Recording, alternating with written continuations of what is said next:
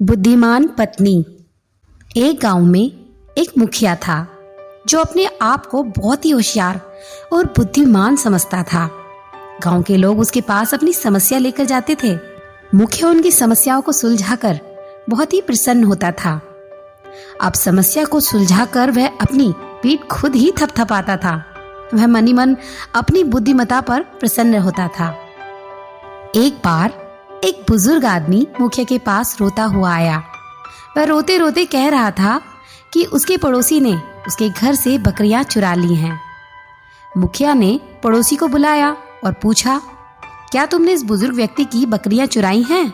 पड़ोसी बोला, नहीं मुखिया जी नहीं, मेरे पास तो पहले से ही बहुत सारी बकरियां हैं। मैं भला इन बकरियों को क्यों चुराऊंगा? मुखिया दुविधा में फंस गया। उसने समस्या को सुलझाने के लिए एक बहुत ही बेतुका सा उपाय निकाला। मुखिया ने कहा, आप दोनों को फैसला सुनाने से पहले मैं एक प्रश्न का उत्तर चाहता हूँ। आप दोनों में से जो इस प्रश्न का उत्तर मुझे दे देगा, मैं उसके हक में फैसला सुनाऊंगा। मुखिया ने दोनों से प्रश्न किया कि इस संसार में सबसे तेज चीज क्या है? इस संसार में सबसे तेज चीज क्या है? प्रश्न का उत्तर ना दे पाने के कारण दोनों वहां से उदास चले गए। बुजुर्ग आदमी दिन भर चिंतित रहा। उसे प्रश्न का उत्तर नहीं मिल रहा था। उस बुजुर्ग आदमी की एक बहुत ही सुंदर और बुद्धिमान बेटी थी। उसका नाम था रानी। उसने अपने पिताजी की चिंता का कारण पूछा।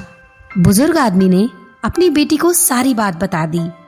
रानी ने तुरंत उस उत्तर को अपने पिताजी के कान में फुसफुसाया। बुजुर्ग आदमी अगली सुबह मुखिया के पास गया। मुखिया बोला, क्या तुम्हें मेरे प्रश्न का उत्तर मिल गया? बुजुर्ग बोला, हाँ मुखिया जी, आपके प्रश्न का उत्तर है समय, क्योंकि हमारे पास यह कभी भी पर्याप्त नहीं है। यह हमेशा बहुत तेज चलता है। हम जो करना चाहते हैं उसे करने के लिए कभी भी पर्याप्त समय नहीं होता है। उस आदमी का जवाब सुनकर मुखिया प्रसन्न हो गया और चकित भी रह गया। अब मुखिया ने शक जाहिर किया। कहा, तुमने खुद इसका उत्तर ढूंढा है या किसी और ने तुम्हारी मदद की है? आपको यह उत्तर किसने बताया? मुझे सच सच बताइए। यदि आप सच नहीं बताएंगे तो मैं आपको दंड दूंगा। बुजुर्ग आदमी दंड का नाम सुनकर डर गया। वह बोला, मालिक, आपके प्रश्न का उत्तर मेरी बेटी रानी ने बताया है। वह बहुत ही बुद्धिमान लड़की है। मुखिया मनी मन सोचने लगा कि उसे ऐसी बुद्धिमान लड़की से अवश्य मिलना चाहिए। मिलने से पहले मुखिया ने बुजुर्ग को जीत की बधाई दी। मुखिया ने बुजुर्ग व्यक्ति से कहा कि उसे उसकी बेटी रानी से यथाशीघ्र मिलना है। कुछ ही समय बाद बुजुर्ग आदमी ने अपनी बेटी को मुखिया के सामने हाजिर कर दिया। मुखिया उसकी बुद्धि और सुंदरता से प्रभावित हो गया। मुखिया ने बुजुर्ग के सामने उससे उसकी बेटी का हाथ मांगा। मुखिया बोला, वह रानी से शादी करना चाहता है। बुजुर्ग ऐसा प्रस्ताव सुनकर प्रसन्न हो गया। वह तुरंत इसके लिए राजी हो गया। वैसे तो मुखिया बहुत प्रसन्न था, मगर उसे ऐसी बुद्धिमान पत्नी होने की भी चिंता थी। वह यह भी नहीं चाहता था कि उसकी पत्नी उसके सामने लाई गई समस्याओं में हस्तक्षेप करे। मुखिया अपनी बुद्धिमत्ता का शोहरत किसी के साथ साझा नहीं करना चाहता था, यहाँ तक कि अपनी पत्नी से भी नहीं। वह लोगों से अपनी पत्नी के साथ तुलना नहीं करवाना चाहता था। मुखिया ने बुजुर्ग की बेटी रानी से कहा, मेरे घर में सब कुछ आपका है। मेरे पास आपके लिए केवल एक नियम है। नियम यह है कि मेरे सामने लाई गई समस्या में कभी भी खुद को शामिल नहीं करना है।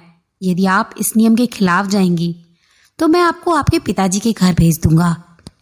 मुखिया की पत्नी रानी उसकी आज्ञा पर मुस्कुराई। काफी समय तक सब कुछ ठीक ठीक चलता रहा। मुखिया हमेशा की तरह लोगों की समस्या सुनते रहे और उनका हल निकालते रहे।